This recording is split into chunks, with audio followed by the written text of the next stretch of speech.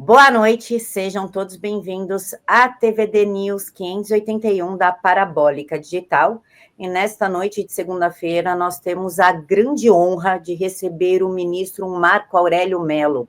Ele é ex-ministro do Supremo Tribunal Federal, onde atuou por mais de 30 anos. Foi nomeado em 1990 e ficou conhecido por decisões firmes em defesa da Constituição e da liberdade individual. O ministro marcou sua trajetória pela independência e coerência jurídica. Boa noite, ministro. É um prazer enorme ter o senhor aqui conosco. Boa noite, Camila. Satisfação toda minha falar aos ouvintes da TVD News. Ministro, o senhor ficou conhecido por votos solitários e independentes. Como o senhor enxerga o papel do voto vencido em um tribunal colegiado? O colegiado é um somatório de forças distintas. Os integrantes se complementam mutuamente. Se eu pudesse dar um peso a uma decisão, a uma só voz, por unanimidade, portanto, e uma decisão por maioria de votos, eu daria um peso maior a uma decisão por maioria de votos. Por quê? Porque essa decisão revelaria a certeza de que duas correntes foram colocadas e objeto de apreciação pelo colegiado.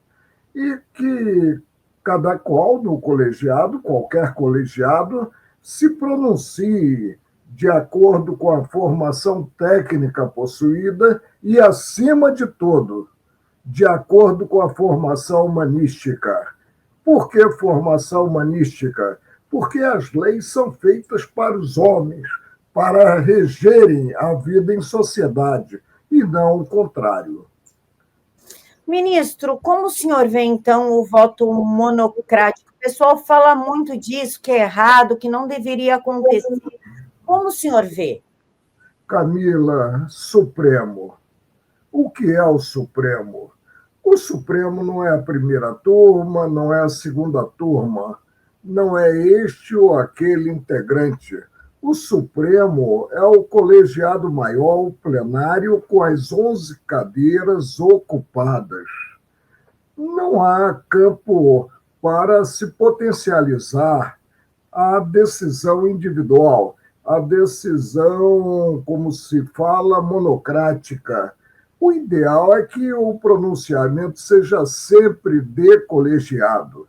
Agora, o Supremo ele tem uma competência hoje muito alargada, e principalmente agora que está se dando por competente para julgar cidadãos comuns envolvidos nas arruaças de 8 de janeiro. E aí se chegou ao ponto até de se deslocar do plenário para a turma julgamento processo-crime. Eu estive lá durante 31 anos e jamais julgamos em turma processo-crime. Mas os tempos são os tempos atuais e, para mim, tempos estranhos. O senhor, na visão do senhor, o Supremo ele tem ultrapassado os limites constitucionais ao assumir um protagonismo político em certas decisões? O tripé da República ele é composto por 3 poderes, nessa ordem que eu vou mencionar: legislativo, executivo e judiciário. E a Constituição Federal ela é pedagógica ao revelar que os poderes são harmônicos e independentes. Mas a harmonia e a independência dependem de cada qual dos poderes atuar na área que lhe é reservada constitucionalmente. Eu dizia na bancada e já advertia o colegiado que toda vez que o plenário avançava, invadia a seara que não era dele, lançava como que um bumerangue que poderia voltar à própria testa, e é muito ruim. E nós aprendemos em nossas famílias desde cedo que o exemplo vem de cima. A Constituição Federal, que é a lei das leis do país, ela submete a todos indistintamente, inclusive ao Supremo. Um suspiro no âmbito do Supremo tem uma repercussão nos demais patamares do judiciário, tem uma repercussão junto à sociedade imensa. É preciso que cada qual, então, perceba a responsabilidade que tem e atue com fidelidade de propósito, com desassombro, com espontaneidade, mas sempre de forma vinculada à legislação. Não cabe ao Supremo legislar, não cabe ao Supremo partir para uma política que se diga governamental, a favor deste ou daquele segmento. O Supremo é a última trincheira da cidadania e é preciso que ele seja tomado pelos brasileiros em geral como tal. Agora uma notícia que interessa todo mundo que paga a conta de luz. É o seguinte, desde janeiro do ano de 2024, você de casa tem o direito de escolher o seu provedor de energia elétrica. Isso é o livre mercado de energia e ele pode ajudar você a economizar muito. Para você ter uma ideia, no ano de 2023, os 40 mil consumidores desse modelo de contratação livre já economizaram 48 bilhões de reais. São dados da Associação Brasileira dos Comercializadores de Energia. E claro, você de casa também pode fazer parte disso. Basta você fazer um cadastro na Matrix Energia. Sabe por quê? Porque com a Matrix Energia você pode economizar de 10 a 30% na sua conta de luz sem você precisar investir um centavo. Não precisa de instalação nenhuma e você não precisa mudar nada. É só economia. Então liga agora para a Matrix no 0800 550 0019 com a sua última conta de luz em mãos para fazer um breve cadastro que é 100% gratuito. Então já disca 0800 550 0019 e se prepare para ter acesso a uma fonte de energia que, além de ser sustentável, vai baratear a sua conta de luz de 10 a 30%. E para quem estiver ligando no 0800 550 0019, já adianto que a Matrix é para todos. Atendemos residências, empresas e comércios. Até mesmo quem possui restrição no nome pode contar com a Matrix.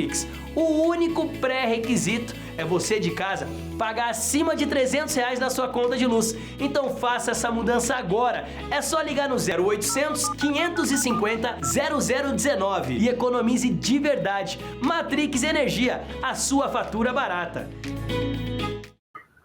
O ministro Gilmar Mendes culpou as redes sociais pela reputação ruim que o Supremo está sendo visto fora dos muros de Brasília. O senhor tem essa mesma impressão que a culpa são das redes sociais? Qual é a medula da nossa democracia? A liberdade de expressão. Isso está no artigo 220 da Constituição Federal e se tem um sistema de pesos e contrapesos. Ele que se sinta alcançado na honra tem a ação penal e a ação também civil indenizatória, mas não se pode chegar a uma visão que leve praticamente a censura. Isso é inconcebível no Estado democrático. Eu estive 31 anos no Supremo e jamais fui hostilizado. Ao contrário, onde eu ia era cumprimentado pelos meus cidadãos em geral, pelos brasileiros em geral. Hoje se chegou a um ponto que um ministro do Sul ia ao mercado, não pode ir a um restaurante, porque será hostilizado. Isso é muito ruim. E aí cabe a cada qual examinar os atos que vem praticando e buscar uma correção de rumos. Isso é que deve ser percebido de forma geral. Não concebo regulamentação de mídia social, como não concebo também qualquer lei que implique cerceio à liberdade de expressão, à liberdade de comunicação jornalística. É importante que os jornais, em geral, levantem as mazelas do Brasil para que nós busquemos tempos melhores, correção de rumos, para que nós avancemos culturalmente. Ministro, o senhor falou em liberdade. Nós temos o inquérito das fake news desde 2019. Esse inquérito está sendo gestado, digamos assim, até hoje. Como o senhor vê os desdobramentos jurídicos desse inquérito das fake news? O que começa errado tende a terminar errado. Eu rotulei esse inquérito nascedouro como um inquérito do fim do mundo. E se percebe que nele tudo cabe. E aí se vai estendendo a competência do Supremo. Esse inquérito nasceu errado por quê? Porque inquérito ele é instaurado por polícia ou por provocação do titular de uma possível ação penal pública, que é o Ministério Público. Mas esse inquérito ele foi instaurado pelo presidente do Supremo à época, mediante portaria, ministro Dias, e com designação, inclusive, do relator. Se eu fosse designado relator pelo presidente para atuar em um certo caso, eu não aceitaria. Por quê? Porque há de ser observado o princípio democrático da distribuição do sorteio do inquérito do processo. Ministro, como garantir a estabilidade jurídica diante de interpretações cada vez mais mutáveis da Constituição? Eu não sou advogada, nunca atuei na área, mas a impressão que eu tenho é que todo dia a Constituição ela tem uma nova interpretação. Como manter a estabilidade jurídica? Uma carta que deveria ser uma carta estável, permanente, já foi emendada mais de 100 vezes. Eu costumo, no campo do folclore, revelar que certa vez entrou em uma livraria e buscou comprar um exemplar do que Eurico Gaspar Dutra apontava como livrinho, que é a Constituição Federal. E o rapaz que o atendeu na livraria disse simplesmente que aquela livraria não trabalhava com periódico. Isso é algo impensável. Isso é algo que não se coaduna com a natureza em si, vamos repetir a exaustão, da Constituição Federal. A Constituição Federal deve ser um documento estável que se torne conhecido da população em geral, dos diversos segmentos da economia brasileira. Ministro, qual é o maior risco para o atual Estado de Direito? O ativismo judicial, e até gostaria que o senhor falasse um pouco sobre ativismo judicial, porque existe essa dúvida, o que é, o que não é, o que pode, o que não pode, ou o arbítrio do Executivo? Pior, sob a minha ótica, é o ativismo judicial. A atuação do juiz é uma atuação vinculada. Ele exerce um ato de vontade ante o conflito de interesse, que é o ato de interpretar, mas o faz a partir da lei incidente no caso concreto, da lei aprovada pelos nossos representantes, deputados federais e senadores da República, deputados estaduais e, inclusive, vereadores. Ele não pode simplesmente desconhecer a ordem jurídica, o arcabouço normativo e estabelecer um critério de plantão. Isso gera uma insegurança jurídica muito grande. Há de se pensar no enxugamento da competência do Supremo.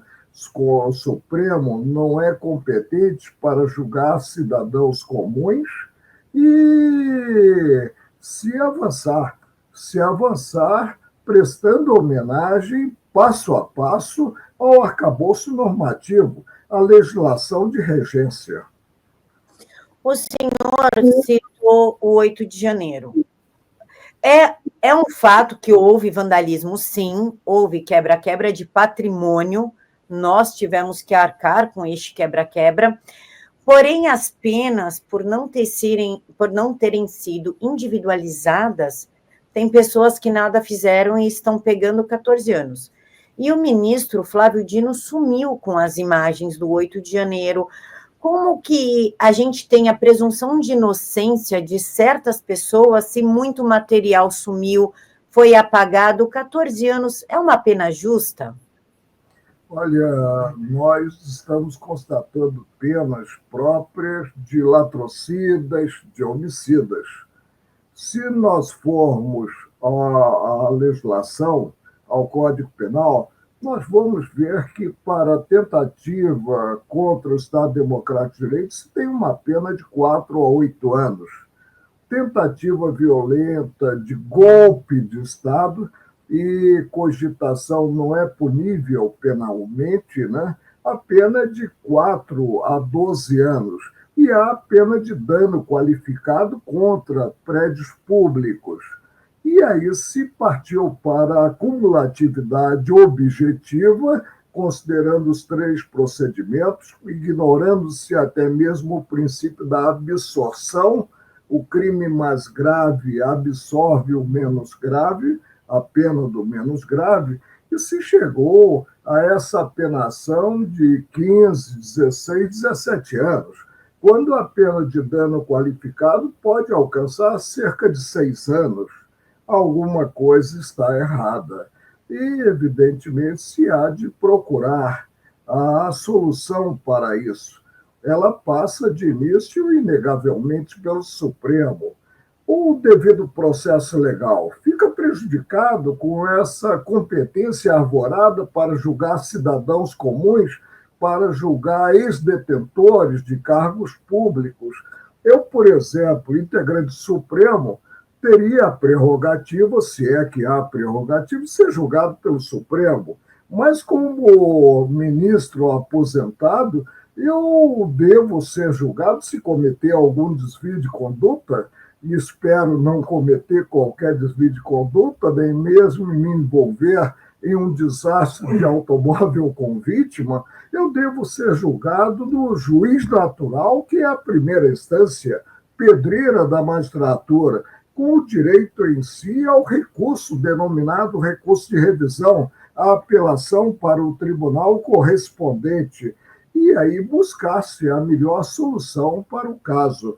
Mas com martelada única, esses cidadãos, alguns que apenas participaram do oba-oba em termos de bagunça, né? Esses cidadãos não terão a quem recorrer, porque recurso para o próprio tribunal, para o próprio órgão julgador, não é propriamente um recurso. O recurso deve ser para um órgão diverso, um colegiado que seja composto por pessoas que não participaram do julgamento anterior. Aí entra a minha dúvida, ministro. Desculpa, mas eu sou ignorante no estudo da Constituição, né? Eu sou ignorante nesse ponto. Essas pessoas, como não tem individualização da pena, elas não deveriam partir do princípio da presunção de inocência, se não tem como provar que elas estavam lá dentro? 2 coisas. O saber é e será sempre uma obra inacabada. Nós aprendemos com letrados e com iletrados. Nós aprendemos na convivência social. Pobre de espírito é o homem que se sinta em um patamar no qual não dependa mais de aportes no campo do conhecimento. O aperfeiçoamento é infindável. Nós estamos numa passagem, nessa encarnação, de aprimoramento. Princípio da não culpabilidade, onde ele está? Presume-se que alguém seja culpado? Não. A resposta é desenganadamente negativa.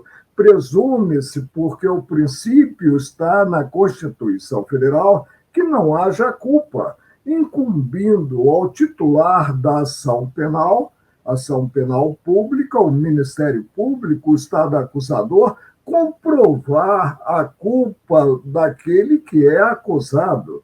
Mas o órgão julgador parte da premissa de que ele não é em si culpado. Essa deve ser a ótica prevalecente. Ministro, e como o senhor vê a extensão do foro privilegiado? Foi aprovado, acho que em março, a extensão do foro para pegar ex-presidente, ex-deputado, ex-senadores. Como o senhor vê essa extensão do foro? Passa um pouquinho da previsibilidade da Constituição?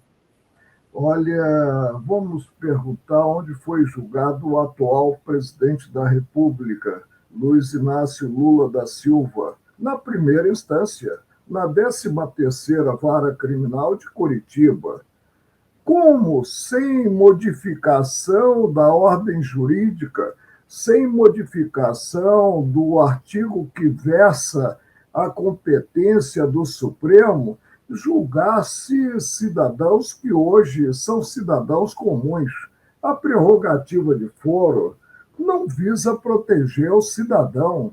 A prerrogativa de foro visa proteger o cargo ocupado pelo cidadão.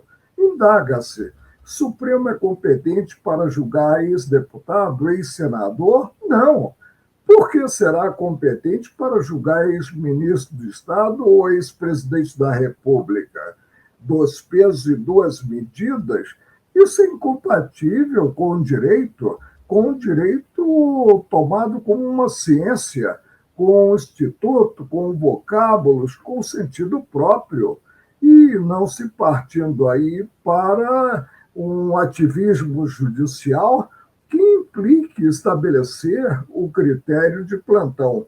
O café da manhã hoje é com a nossa querida Aracy da Top Term. Aliás, Aracy, a alimentação industrializada tem deixado as pessoas com o corpo inflamado, má circulação, falta de energia. O Ora Pronobis é excelente, né? É isso mesmo, Vanderlei. Cuide da sua saúde com o Ora Pronobis da Top Term. Esse poderoso anti-inflamatório natural vai te ajudar a desinchar, desinflamar e cuidar de órgãos vitais como o cérebro e o coração. Quem sofre com pressão alta ou dores articulares também. Regule sua pressão e destrave seus movimentos. Faça o teste. 0800 770 6984. Até 60% de desconto e na compra do segundo kit ainda ganha o smartwatch. 0800 770 6984. Ministro, a gente pode dizer que nós estamos numa ascensão do garantismo penal na prática jurídica brasileira? O garantismo a favor do cidadão, não a favor do Estado acusador. As garantias constitucionais visam proteger o cidadão. O cidadão é que precisa de defesa, não o Estado, que já detém o monopólio da força. Isso é que tem que ser observado e observado por todos de forma irrestrita. Agora, voltando em si, a publicidade e os atos dos poderes devem ser públicos, devem buscar eficiência. Nós tivemos a criação, na minha gestão, inclusive, eu acabei sancionando, inclusive, a lei, a criação da TV Justiça. E ela visa realmente aproximar a sociedade do judiciário e o judiciário da sociedade, tornando, portanto, passível de ser questionado atos praticados pelo judiciário. Isso é importantíssimo. A publicidade é a tônica da administração pública. Ministro, a minha mãe, ela é advogada e ela sempre acompanhou o Supremo. E ela tende a dizer uma frase que ela fala o seguinte: eu sinto falta da época que o Supremo tinha o Marco Aurélio, no caso o senhor, porque eles não davam tantas... Isso só robustece o meu sentimento de dever cumprido. Como é bom realmente ser acolhido e acolhido dessa forma, com reconhecimento de um trabalho de 42 anos em colegiado julgador, 31 no Supremo, a essa altura da vida, já me aproximando dos 7,9. Minha mãe, ela tem uma admiração pelo senhor absurda. E ela sempre falou que o senhor nunca deu uma declaração pública fora daquilo que era esperado, quando o senhor era perguntado, e que os seus votos eram totalmente baseados na Constituição, baseados em procedentes. Como o senhor vê hoje um Supremo mais midiático, que dá muitas declarações? Olha, eu encontrei o Supremo composto do que eu denominava a velha guarda. E aí realmente não se tinha a exposição que se tem hoje. Quando o Supremo avança e deixa o papel que lhe é próprio, ele vai para a vitrine. E indo para a vitrine, o estilingue funciona. Eu sempre aceitei críticas. Claro que o elogio é um estímulo à continuidade do trabalho.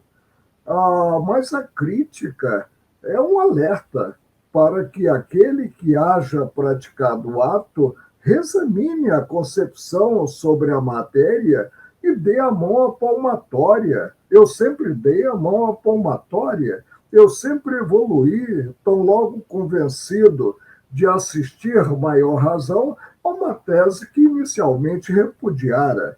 Isso é muito importante, isso revela a força do judiciário, a força do juiz.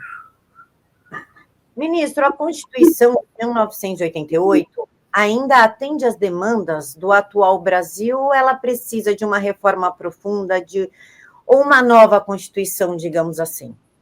O Brasil não precisa de mais leis, não precisa de nova Constituição. O Brasil precisa de homens, principalmente homens públicos, que observem a legislação em vigor. Isso é que é necessário. Claro que podemos ter uma lei aprimorando a regência desta ou daquela matéria. Agora, simplesmente partir-se para dar uma esperança vã à sociedade, impossível de frutificar, que é a de uma nova Constituição, como se ela viesse a solucionar os problemas do Brasil, a afastar as mazelas do Brasil, é um passo enganativo, é um passo que visa realmente a fachada, visa não o conteúdo em si, não visa atender aos interesses maiores da cidadania.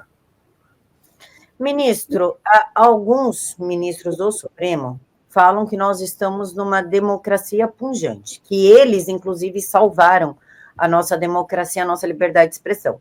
Eu, como jornalista, eu tenho medo de citar alguns nomes do Supremo para não me prejudicar, para não virar alvo de inquérito e tal. O senhor acredita que nós estamos nessa liberdade de expressão e nessa democracia pungente que eles tanto falam? Olha, eu receio muito os salvadores do Estado, os salvadores da democracia. Que cada qual faça e faça com simplicidade, em sentidos que vencem o simples, a sua parte. Não vejo, não consigo conceber uma atuação que acabe inibindo em si a atividade, principalmente a atividade dos veículos de atividade jornalística. Você acabou de dizer que não cita este ou aquele integrante supremo com receio de uma intimidação ou de uma retaliação. Isso é sadio? Não é sadio. Nós devemos estar soltos, estar espontâneos, sinceros e atuando segundo as regras estabelecidas, que nos dão, ao fim, segurança jurídica. Ministro, a meu ver, a impressão que eu tenho é que o Brasil ele vive uma crise de representatividade. O Congresso parece que está fraco demais. Há uns anos atrás, eu lembro de um Congresso mais atuante, um Congresso com maior postura. Desde 2019, logo depois antecedeu a autorização da prisão do deputado federal Daniel Silveira, parece que o Congresso deu uma sumida, ficou meio ali, quietinho. O judiciário ele deve interferir nessas decisões do legislativo para suprir alguns vácuos que eles deixam? Vou voltar à tecla inicial. A harmonia dos poderes pressupõe a atuação de cada qual na área que lhe é reservada. Não cabe ao judiciário suprir alguma deficiência deste ou daquele poder. O judiciário, de início, é um órgão que deve ser um órgão inerte, um órgão que só atua mediante provocação de um direito especiado ou inobservado. Aí ele atua, mas atua, vamos repetir, observando a Constituição Federal e a legislação do país. Isso é muito importante. Nós não podemos conceber uma hegemônica deste ou daquele poder. Os poderes atuam, e por isso são poderes, não apenas um único poder, só apenas se ter a autocracia, atuam de forma independente, mas sempre em relação ao direito aprovado pelos nossos representantes. Avizinham-se eleições. Eu estive no Tribunal Superior Eleitoral 4 vezes. Em 3 delas fui presidente. O que eu posso realmente ressaltar? Que, muito embora o voto tenha peso único, ele se soma a tantos outros e acaba resultando, mediante esse somatório, na escolha dos representantes. Que o eleitor, a responsabilidade que tem, ele é responsável pelos representantes, por aqueles que praticarão atos que repercutirão na respectiva vida. Isso é muito importante ao sufragar-se este ou aquele nome. Os eleitores sejam muito felizes nas próximas eleições, quando se terá a renovação parcial do Senado, 2/3 do Senado, e também renovação ou manutenção, se for a vontade do eleitor, dos representantes do povo, deputados federais, e também a escolha nos demais níveis da República. Ministro, nós também temos a atuação do Ministério Público, né, da PGR na atual democracia, né, no que nós estamos chamando de democracia. Esse órgão, ele está cumprindo a sua função ou ele está ajudando a exceder os limites? Qual que é a posição do senhor? Eu integrei o Ministério Público do Trabalho antes de abraçar a magistratura, abraço do qual eu não me arrependo. Eu me realizei profissionalmente na magistratura. O Ministério Público tem uma participação importantíssima e, a meu ver, nos dias atuais, elogiável para se chegar a dias melhores, para se chegar ao Brasil sonhado. Eu sou um entusiasta da atuação do Ministério Público. Ministro, a atual AGU, Advocacia Geral da União, na pessoa do Messias, ou Bessias, como as pessoas preferirem chamar, criou lá dentro um órgão de fiscalização de posts, ou seja, se é fake news, se não é, se é desinformação, se não é, e persegue aí cidadãos. Inclusive, na sexta-feira foi proibido de falar sobre a Janja indo viajar para a Rússia. Como o senhor vê essa vigilância extrema em cima das redes sociais e impedir o cidadão de criticar pessoas que hoje estão no poder? Eu vejo como um retrocesso. Eu vejo como algo que não é harmônico com o que se imagina em termos de Estado Democrático de Direito. E não cabe antecipadamente tomar-se certas providências. Ou bem se tem a matéria tratada na legislação, ou não se tem, mas não partir-se para uma postura que acaba inibindo os cidadãos em geral. Isso é muito ruim. Ministro, a politização do judiciário, ela é inevitável? Porque hoje tudo é política, as pessoas estão levando algumas coisas até o extremo, né? Está completamente politizado, o país está completamente separado. Essa politização do judiciário, ela é inevitável ou é possível resgatar a imparcialidade institucional? A única política que se pode admitir no âmbito do judiciário é a política voltada a tornar prevalecente a ordem jurídica. Eu não posso imaginar judiciário engajado nesta ou aquela política governamental. Não posso imaginar o judiciário preso a uma certa ideologia. Nós temos uma máxima em direito: o meio justifica o fim, mas não o fim é o meio. De bem-intencionados, o Brasil está cheio, e não é a partir de bem-intencionados, com desprezo ao nosso arcabouço normativo, que nós teremos a pacificação social, a paz social, e nós teremos o entendimento. É hora de temperança e é hora de uma ortodoxia na observação do que está estabelecido. Ministro, como o senhor pensa ou vê a nomeação dos ministros a partir de indicações do presidente da República? Eu defendo um mandato, por exemplo, 8 anos, né, o tempo do Senado ali, 8 anos, e aí troca-se.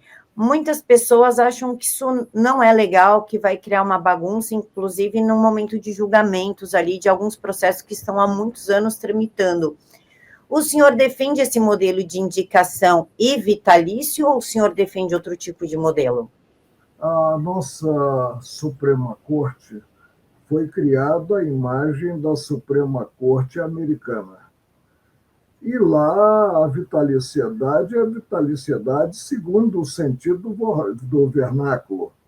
Ou seja, enquanto o integrante tiver condições de prestar serviços, ele continuará ocupando a cadeira.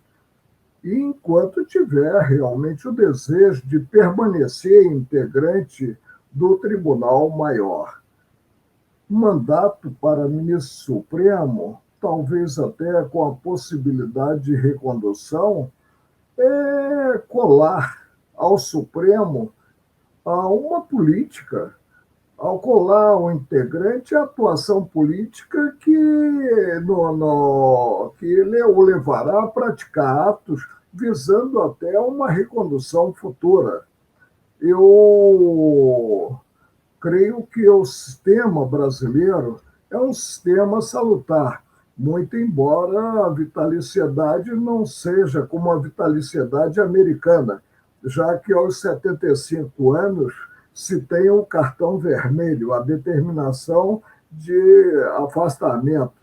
Até quando estava tramitando a PEC da Bengala, como foi denominada, para passar-se o limite de permanência de 70 para 75 anos, os jornalistas me indagaram, ministro, se vier a PEC da Bengala, o senhor se valerá dela para ficar até a 1/10 hora, até os 75 anos?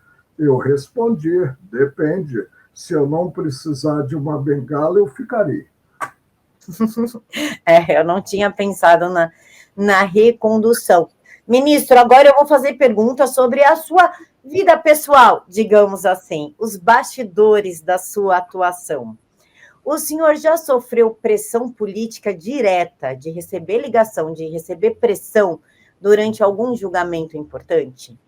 Olha, eu sempre fui um homem aberto, mas conhecido. Não como turrão, porque eu nunca fui turrão, teimoso. Conhecido pela minha independência. Eu dizia, olha, processo para mim não tem capa. Processo para mim tem estritamente conteúdo. Eu sempre decidi segundo os elementos coligidos no processo. Isso é muito importante. É muito importante que a pessoa que ocupe um cargo na magistratura perceba que atuar como juiz é uma missão sublime, porque ele atua como Estado julgador, substituindo a vontade das partes que não chegaram a entendimento. Isso aqui é importante. Eu vou falar comentários da minha mãe. Quando os processos dela, minha mãe é da área trabalhista e previdenciária, caía na mão do senhor, ou do Zavascki, ou do Fux, ela falava, tô tranquila, vai ser um julgamento muito bom, então tô bem tranquila. Quando caía na mão de outros ministros, ela já ficava meio tensa. Ela já, ai meu Deus, vamos ver o que vai sair daqui. Ela sentia essa diferença de julgamento. Olha, eu tive uma experiência ótima no âmbito da Justiça Trabalhista. E fui integrante do Ministério Público, fui juiz em 78 do Tribunal Regional do Trabalho da Primeira Região no Rio de Janeiro e vim para o TST com a idade mínima de 35 anos. E busquei, claro que devo ter cometido erros, busquei a melhor solução para todos os casos submetidos à minha apreciação.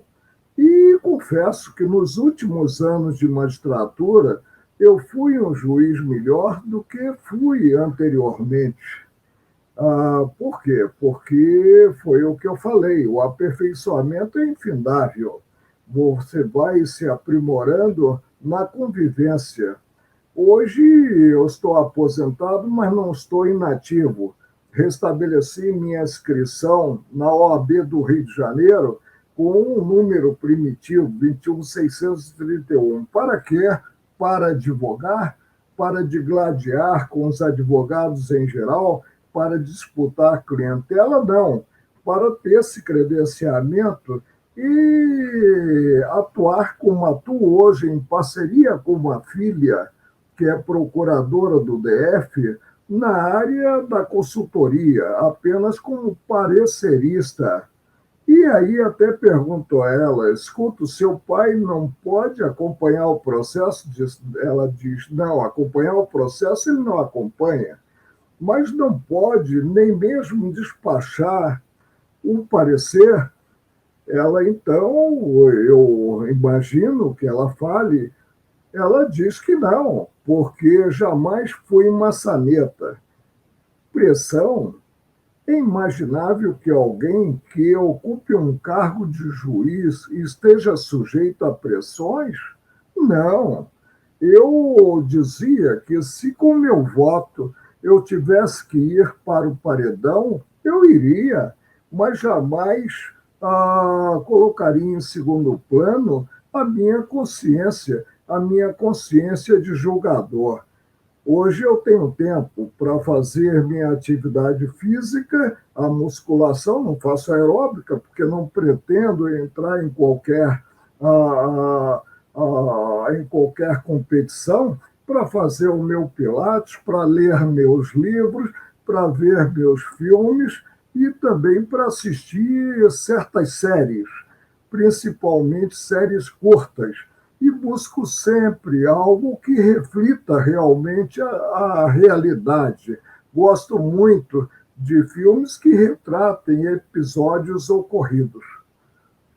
Aquele churrasco no fim de semana, o lanche quando dá preguiça de cozinhar, a fritura que você não resiste. Parece inocente, né? Mas o problema vem depois. Hipertensão, colesterol alto e diabetes tipo 2 estão só esperando a próxima garfada. E sabe o que milhares de brasileiros estão descobrindo? Que você pode virar esse jogo com o ômega 3 da Top Term. Extraído do salmão das águas profundas da Noruega, o ômega 3 da Top Term ajuda a baixar a pressão, reduz o colesterol ruim e ainda melhora a circulação. Tudo isso sem sabor e sem odor. Ligue agora no 0800 770 6984 e aproveite a promoção. Quanto mais você compra, mais presentes você ganha. E o melhor, pode parcelar no boleto. Use agora e pague depois. Não espere. 0800 770 6984. Top Term, ômega 3, o melhor do mundo. Ministro, o que mais lhe causa orgulho em seus mais 30 anos de Supremo? Quando o senhor lembra, te deixa o coração quentinho? A satisfação de ter atuado. Eu entrava no plenário com um semblante e saía com o mesmo semblante. Eu sempre fui detentor de um espírito irrequieto. Às vezes o presidente, ao invés de tomar votos individualmente, achando que a matéria seria muito simples, ele indagava a divergência, eu levantava o dedo e, sem agredir qualquer colega, eu revelava a minha concepção. O ministro Nelson Jobim até dizia que no plenário eu era o ferrinho do dentista que às vezes ficava cutucando no nervo exposto, mas sempre buscando o melhor. Eu não tenho memória do senhor reagir negativamente a uma crítica. Eu tenho 40 anos e eu não tenho essa memória assim, de ficar agressivo ou faltar com educação com a mídia. Como é que o senhor reagia às críticas públicas quando era voto vencido em casos polêmicos? Eu tento puxar, mas eu não consigo lembrar. Olha, houve até a edição de um livro, Marco Aurélio, Vencido e Vencedor, né? Ante essa visão de que eu atuava ficando vencido ou atuava vencendo quanto ao que sustentava. E várias posições isoladas anteriores se tornaram, com a passagem do tempo, sem modificação da legislação, posições vencedoras. Eu jamais fiz questão no colegiado de formar na maioria. A única questão que eu fazia é de que o presidente consignasse como tinha votado. E sempre lidei com a crítica, com a imprensa principalmente, sem reserva mental. A crítica percebendo-a e aí aferindo se haveria procedência ou não dessa mesma crítica e evoluindo se o caso ensejasse uma evolução. E com a imprensa não pensava uma coisa e revelava outra. Eu era de uma sinceridade, sempre fui absoluta. Jornalista telefonava, ministro, senhor querendo, pode falar em off. Eu disse, em off eu não falo. Eu falo colocando as minhas digitais. E tenha certeza que toda vez que saiu no jornal que um ministro que não quis se identificar disse isso ou aquilo, quando eu ainda formava no colegiado, esse ministro não era eu. Ministro, a gente está caminhando para o final e eu não... Um colega do senhor perdeu a paciência com um manifestante e falou a seguinte frase, perdeu o mané. Outro, acho que o mesmo ministro, inclusive, fez uma resposta usando o Supremo Tribunal Federal, a instituição, para uma resposta a um jornal americano, se não me engano foi o The New Yorker. Eu não lembro do senhor ter esse tipo de rompante. Como o senhor respondia às matérias que o senhor considerava desinformação ou mentirosa? Porque eu não lembro do senhor tendo essa postura mais combativa, né, mais beligerante em relação às críticas públicas e midiáticas. Olha, eu buscava esclarecer a matéria. Agora, é muito interessante quanto a essa moça que pichou lá a Estátua da Justiça e que repetiu uma frase que foi dita pelo atual presidente em Nova York. Repetiu uma frase segundo a qual perdeu o mané. Agora eu reconheço que ela utilizou uma arma terrível para os que é o batom. O batom é uma arma muito complicada. Inclusive, eu tenho medo agora até de usar. Vai que pode... É uma arma sedutora. Vai que ele explode, eu não sei, dá até medo. Ministro, para a gente finalizar, qual conselho o senhor daria para os jovens juristas que se sentem desiludidos com a justiça hoje, para o pessoal que está se formando? Que palavra de incentivo o senhor tem para dar para eles? Em primeiro, sejam otimistas. Tenham esperança no avanço cultural. Em segundo lugar, cuidem especialmente da formação humanística. De que forma? Tendo sempre à mão um livro, um romance. Por que um romance? Porque, primeiro, nós falamos aquilo que nós lemos. Em segundo lugar, no romance você tem conflitos de interesse e você adota, em relação a esses conflitos de interesse, posição. Com isso, você aguça a sua sensibilidade. E abandonem a autoestima. É bom que nós estamos num aperfeiçoamento, que nós aprendemos com letrados e letrados e que avançamos nesta encarnação, nesta vida, esperando outra vida, evidentemente, né? E sejamos fiéis aos nossos convencimentos, sejamos corajosos e atuemos com desassombro. O que tivermos que criticar, devemos criticar, mas sempre de forma construtiva do melhor. E não sejamos derrotistas, não cheguemos aí à desilusão quanto ao judiciário. O judiciário, vamos repetir, é a última trincheira da cidadania e ele tem papel importantíssimo. Está sempre, a meu ver, num avanço. Que haja esse avanço também em relação ao meu ex-tribunal Supremo e que volte a ser um tribunal elogiado pelos cidadãos em geral, a ponto de o integrante poder sair à rua sem estar acompanhado em si de segurança. Eu me lembro que na pandemia eu fui aqui à Drogaria Pacheco, aqui perto de casa, e eu estava de moletom, com camiseta, óculos escuro, máscara, e ninguém me identificou. Eu precisava comprar na drogaria, quando eu estava numa pequena fila, a moça me perguntou: o senhor quer parcelar? Eu simplesmente respondi: sim, eu quero parcelar, desde que não haja juros. E aí uma senhora reconheceu a minha pessoa, perguntou: ministro, é o senhor? Onde está a sua segurança? Eu respondi a ela: a minha segurança é meu anjo da guarda. Quem tem bons votos e boa postura não precisa de segurança, né, ministro? Pois é. Ministro, eu quero agradecer de coração toda a honra da sua presença aqui na TVD News.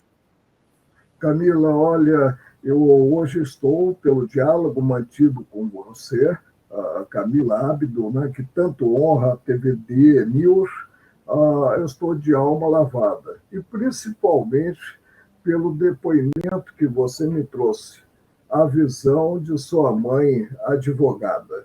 A Calamandrei tem um livrinho, Eles, os Juízes, Vistos por Nós, Advogados. Os advogados realmente julgam aqueles que têm o ofício judicante. E é preciso que o façam sem receio de desagradar este ou aquele integrante do judiciário. Claro que não pode simplesmente sair criticando por criticando, mas um comentário, desde que seja construtivo, que seja para o melhor, ele deve ser feito. Eu estou muito satisfeito por esse diálogo mantido e sempre à sua disposição, e meus cumprimentos a você pelas perguntas técnicas veiculadas e pela cuidade em si de perceber as matérias e trazer ao grande público essas matérias e a visão deste hoje advogado que foi juiz durante muito tempo e se realizou como magistrado. Eu espero que um dia o senhor resolva concorrer ao Senado e nos ajude a colocar ordem no que está acontecendo. Pois é, mas eu hoje sou um homem realizado. Eu quero lidar com a família, que é a mola mestra em si da sociedade. Quero realmente, entre aspas, deseducar os meus netos. Concordo com o senhor, ministro. Muito obrigada pela sua participação e agradeço aos telespectadores da TVD que estiveram aqui conosco até agora e também aos seguidores do canal Silvio Navarro, que nos recebem tão bem. Fiquem todos com Deus e até mais. Até mais.